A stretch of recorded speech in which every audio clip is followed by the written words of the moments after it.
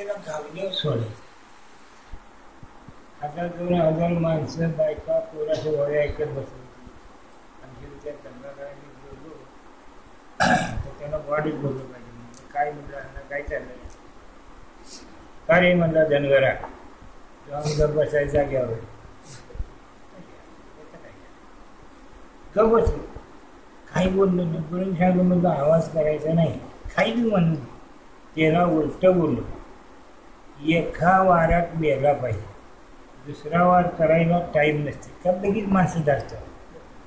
माणसं धरल्यावर वार काय करतात अशा त्याचे त्याला मारायचं होतं. आणि पुन्हा मी थांबलो रागावला आणि पळेगाला आणि गंगा आणि बोलतो त्याला आणि प्रेमानं बोलावा.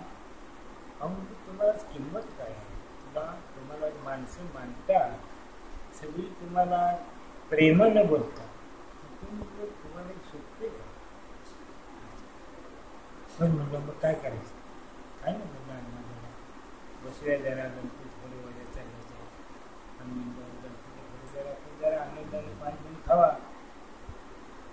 बरं बरं बरं चालायचं. मग खांद्याने हात टाका, जरा पाठीला फिरला जरा, म्हणजे त्याला एक बळ वाटलं. लागट बोलायचं नाही तसं नाही, कधीही जन्मात लागट बोल शिवी तरी जगाच नाही. पण घावल्यानंतर त्याला स्वर्गाव सेवा जागा अशी 12 मंदिर केली. हर्षाने सुटले नाही.